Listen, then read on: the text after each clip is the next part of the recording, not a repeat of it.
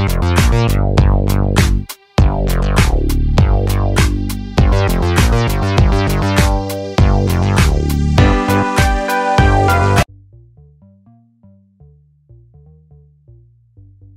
family, it is your boy Optimist Sniper.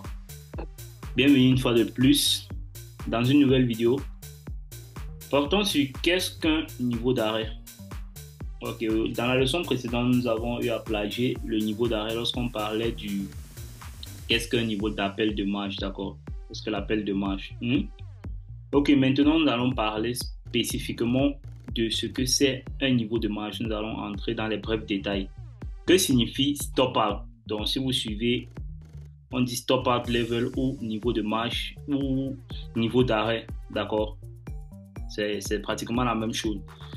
Le niveau de stop out est similaire au niveau d'appel de marge qui a été abordé dans la leçon précédente, sauf qu'il est bien pire. Ça, c'est encore très pire. Lorsque vous arrivez déjà au niveau où vous recevez un niveau d'arrêt ou un niveau de stop out, ça veut dire que rien ne marche plus, d'accord? Ça ne fait que s'empirer. Dans le trading forex, un niveau d'arrêt se produit lorsque votre niveau de marge tombe à un niveau de pourcentage spécifique. Spécifié par quoi? Spécifié par votre broker. C'est un niveau spécifique dans lequel une ou toutes vos positions ouvertes seront automatiquement fermées par votre broker ou liquidées encore, d'accord? Ce qu'on appelle liquider. Cette liquidation se produit parce que le compte de trading ne peut plus supporter les positions ouvertes en raison d'un manque de marge. Vous n'avez plus assez de marge pour pouvoir supporter vos positions ouvertes. Plus précisément, le niveau d'arrêt se produit lorsque vos capitaux propres sont inférieurs à un pourcentage spécifique de votre marge utilisée. C'est compréhensible, donc tous les thèmes que je suis en train de parler ont été abordés dans les leçons précédentes, d'accord? Si ce niveau est atteint, votre courtier commencera automatiquement à clôturer vos positions. Ça, c'est très logique. En commençant par la moins rentable, donc la transaction qui est la plus perdante, jusqu'à ce que votre niveau de marge revienne au-dessus du niveau d'arrêt. D'accord? Votre niveau de marge doit toujours être au-dessus de votre niveau de stop-out. Si on matérialise ça, vous allez voir que votre niveau d'arrêt, votre niveau de marge, votre margin call régulièrement est ici, est quelque part ici, d'accord? On met ça là comme ça, comme margin call. Si on prend ça en niveau, en termes de pourcentage, d'accord, ou sur une petite échelle, votre margin call régulièrement est quelque part ici. Et votre niveau de stop out sera quelque part ici en bas, plus bas que ça. Donc, lorsque votre broker vous envoie déjà premièrement un message pour le margin call, vous devez faire très attention. Très attention, d'accord? Parce que c'est votre niveau de stop out, c'est le stop out qui va suivre par la suite. Donc, et pour le stop out, personne d'autre ne pourra rien faire. Même le service client ne pourra rien faire. C'est automatique. Ok.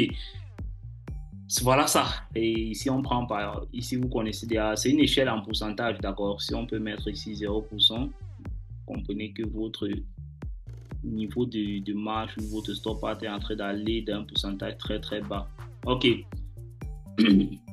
Si votre niveau de marge est égal ou inférieur au stop out, votre courtier, votre broker clôturera toute votre position ou en partie, une partie de votre position ouverte le plus rapidement possible afin de vous protéger contre d'éventuelles ou supplémentaires pertes, d'accord, contre d'autres pertes éventuelles. Cet acte de clôture de votre position est appelé un stop-out. C'est ça qu'on appelle stop-out. Lorsque votre broker clôture vos positions automatiquement parce qu'il juge que vous n'avez plus assez de fonds pour pouvoir supporter votre position en cours, d'accord? Il va le faire automatiquement. Gardez à l'esprit qu'un stop-out n'est pas discrétionnaire, d'accord? Une fois le processus de liquidation est lancé, il n'est généralement pas possible de l'arrêter puisque c'est un processus automatisé. Donc, c'est automatisé par les algorithmes du broker. On ne peut pas l'arrêter. Dès qu'il est lancé, il va automatiquement arrêter vos positions. Vous allez subir une liquidation. L'équipe de support du broker ne pourra rien faire pour vous. Votre service client ne pourra probablement rien faire. Personne ne sera en mesure de vous aider. À moins qu'il soit là pour juste essuyer vos larmes, d'accord? Vos larmes que vous serez en train de verser parce que vous avez subi une liquidation. Vous avez été têtu, vous avez laissé votre perte s'empirer. Le niveau d'arrêt, régulièrement, vous allez encore suivre ça, être appelé, par exemple, votre valeur de clôture de la marge ou la marge de liquidation ou encore marge minimale requise, d'accord? Si on prend maintenant un petit exemple, prenons un exemple, on prend un exemple avec un niveau d'arrêt à 20%. On prend un exemple, niveau d'arrêt à 20%. Niveau d'arrêt 20%. Niveau d'arrêt est à 20%. Donc, votre broker a un niveau d'arrêt de 20%. D'accord? Votre stop out. Cela signifie que votre plateforme de trading clôturera automatiquement votre position si votre niveau de marge atteint les 20%. Vous comprenez, non? Si votre niveau de marge atteint les 20%, votre position sera automatiquement clôturée. Donc, vous aurez un stop out. En ce moment-là, votre niveau d'arrêt est égal à votre niveau de marge qui est égal à 20%. C'est compréhensible, non? Votre niveau d'arrêt ici est égal à votre niveau de marge qui est égal à 20%. Continuons avec l'exemple de la leçon précédente. On a pris un exemple dans la leçon précédente que vous connaissez déjà, d'accord? C'est-à-dire votre compte de $1000. Votre margin level ici, là, le niveau de marge ici, votre niveau de marge est ici, là, était à 100%, d'accord? Margin level, on va prendre ça en minuscule. Margin level ici, votre niveau de marge ici est égal à 100%. Dans l'exemple précédent, on avait le niveau de marge ici était égal à 100%. D'accord? Votre free margin, votre marge utilisée ici, votre marge utilisée, si on veut prendre, je vais un peu schématiser, je vais schématiser ça comme ça. D'accord? Pour que vous puissiez un peu comprendre. Je vais schématiser ça comme ça pour que vous puissiez un peu comprendre. Ok. Dans l'exemple précédent, on parle là de l'exemple précédent, d'accord? Votre marge utilisée ici, votre marge utilisée dans l'exemple précédent ici était de $200. C'était ça, non? La position que vous avez ouverte avait une marge utilisée de $200. Marge utilisée ici, c'était $200, d'accord? Et votre PNL flottant, votre PNL flottant ici était de $800. Ça veut dire que vous aviez une perte de $800 en cours. Vous avez une perte de $800 en cours. Votre equity était finalement à combien? Si vous avez une perte de $800 et vous avez un solde de $1000, ça veut dire que votre equity est à $200, non? C'est ça, non? Equity ici, equity est égal à $200. C'est compréhensible, il n'y a rien là de compliqué, d'accord? Votre equity ici est à $200. Votre balance est à $1000. C'est ça, non? On n'oublie pas. Votre floating PNL ici est à moins $800. D'accord? Votre position est à moins $800. OK. Vous avez déjà reçu un appel de marge alors que le niveau de marge avait atteint les 100%. C'est-à-dire au moment où votre niveau de marge ici avait atteint les 100%, votre broker vous a envoyé un message, d'accord, pour vous signaler que si vous continuez à laisser vos positions, ça ne sera pas bien pour votre compte, d'accord? Vous avez reçu un appel de marge. Il vous demande de faire attention à votre position en cours. Mais vous décidez néanmoins de ne pas déposer davantage de fonds car vous pensez que le marché va se retourner. Ça arrive parfois. Non seulement vous êtes un commerçant d'abord débutant, d'accord? Vous êtes encore nul, vous ne savez pas comment gérer vos émotions ou vos transactions. Par la suite, alors, il arrive que vous n'avez pas raison, comme ça arrive d'habitude pour les commerçants débutants, d'accord? Le marché continue de baisser, il ne se retourne pas, il ne va pas à la hausse comme vous étiez en train de prévoir. Vous êtes maintenant en baisse de $960, d'accord? 960 pips parce que vous avez une transaction qui va à 1 pip ou $1, d'accord? Une transaction standard. Actuellement, vous êtes à 960 pips en dessous de votre point d'entrée, c'est-à-dire vous avez une perte de $960 en cours. Vous avez une perte de $960 en cours actuellement. Ça veut dire que quoi? Cela signifie que votre équité désormais est à combien? Votre équité désormais est à $40, non? En ce moment, si votre équité est à $40, comprenez juste le processus, votre équité est à $40. Capitaux propres est égal à quoi? Si on va dans vos capitaux propres actuellement, capitaux propres est égal à solde du compte. Solde du compte qui est égal à $1000. Non, votre solde du compte ici était égal à $1000. Votre solde du compte était égal à $1000 ici. On va noter ça, on va mettre solde là-devant. Solde est égal à $1000.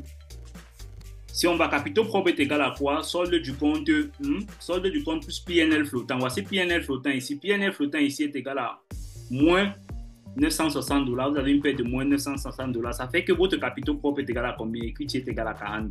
D'accord? C'est votre capital propre ici. Votre niveau de marge, en ce moment, si votre niveau de marge est déjà, à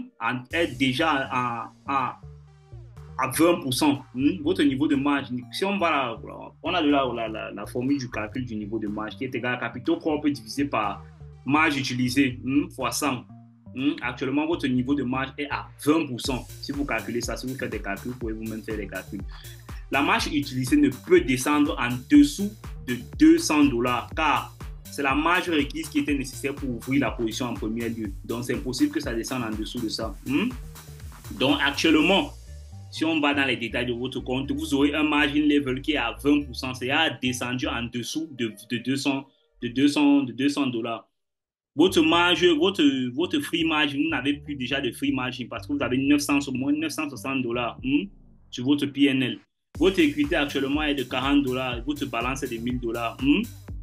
Puisque la transaction n'a pas encore été débitée, donc votre solde est encore à $1000. D'accord? Ok, le PNL flottant est à moins 960. À ce stade, votre position sera automatiquement fermée ou encore liquidée.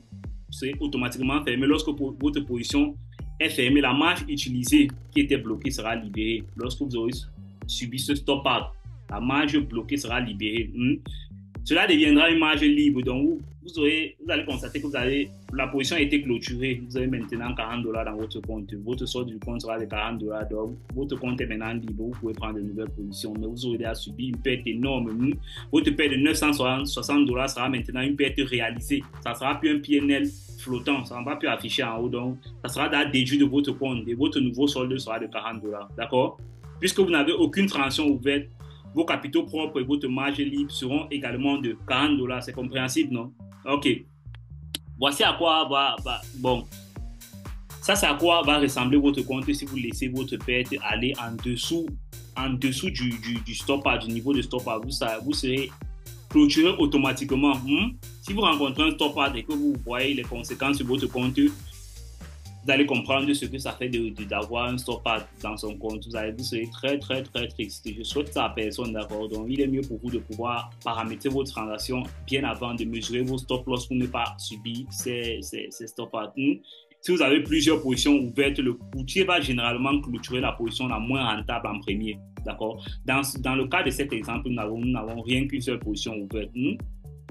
Chaque position fermée libère la marge utilisée, ce qui augmente votre niveau de marge. Si vous avez plusieurs positions, vous allez voir que lorsque le broker va commencer à clôturer une de vos positions, ça va libérer une marge utilisée, ce qui va augmenter votre niveau de marge. Mais si la clôture de cette position n'est toujours pas suffisante pour amener votre niveau de marge au-dessus de 20%, qui est le niveau de stop-out, d'accord? Votre clôture va continuer à clôturer vos positions jusqu'à ce que ça soit le cas. Jusqu'à ce que votre niveau de stop-out votre niveau de marge soit au-dessus des 20%. Le niveau de stop-out est destiné à vous empêcher de perdre plus d'argent que vous n'avez déposé. Donc, votre broker ne va pas assumer vos pertes. Il va se contenter de travailler avec votre solde du compte.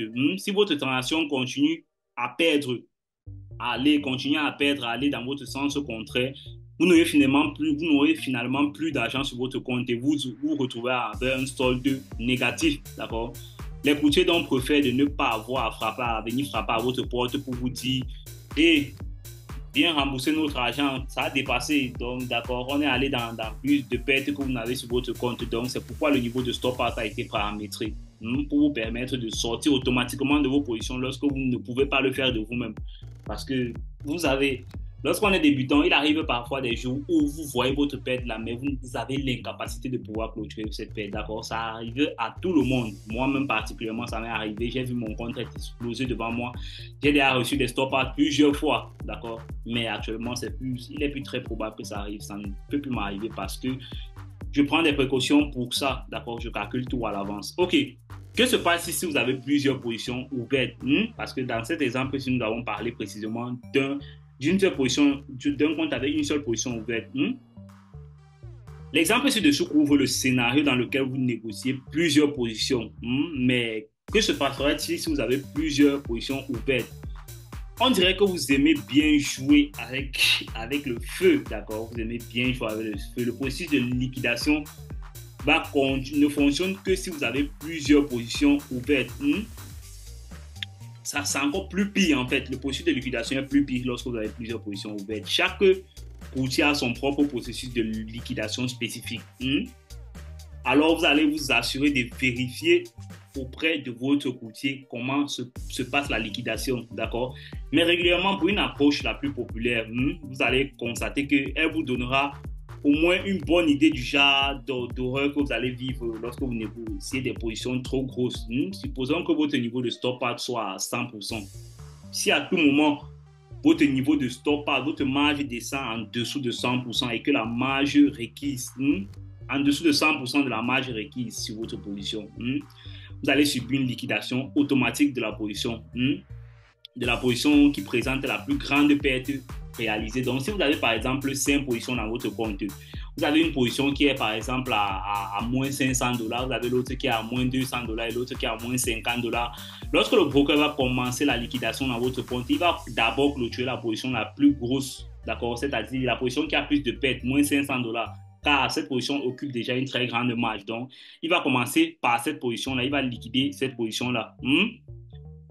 Ensuite, qu'est-ce qu'il va faire? Il va continuer encore à liquider les autres positions. Si le marché continue à aller toujours dans votre sens contraire, il va encore prendre la prochaine position qui a le plus de pertes, c'est-à-dire moins $300. Il va liquider aussi cette position. Si ça continue à aller dans votre perte, dans le sens contraire de votre position, il va encore liquider la position suivante, ainsi de suite, jusqu'à ce que votre marge revienne à 100%. D'accord? Il va le faire ainsi de suite. En fonction de la taille de votre PNL non réalisé des positions ouvertes, toutes vos positions ouvertes pourraient être liquidées afin de respecter l'exigence de marge. D'accord? N'oubliez pas que vous êtes la seule personne responsable pour pouvoir suivre votre compte et de vous assurer de maintenir la marge requise à tout moment pour soutenir vos positions ouvertes. Donc, vous ne devez pas seulement penser à vouloir moyenner à la baisse. Ça veut dire quoi? Quand je parle de moyenner à la baisse, la majorité des traders débutants ont cette habitude-là. C'est-à-dire que vous avez pris une position de buy, par exemple, une position d'achat. Au fur et à mesure que le prix ne fait que descendre, vous continuez d'acheter, Qu'est-ce qui vous dit que ce prix va se retourner bas? Ça, je ne sais pas, mais ça arrive qu'on le fasse, d'accord? Je ne vais pas vous juger. Mais surtout, ne le faites pas.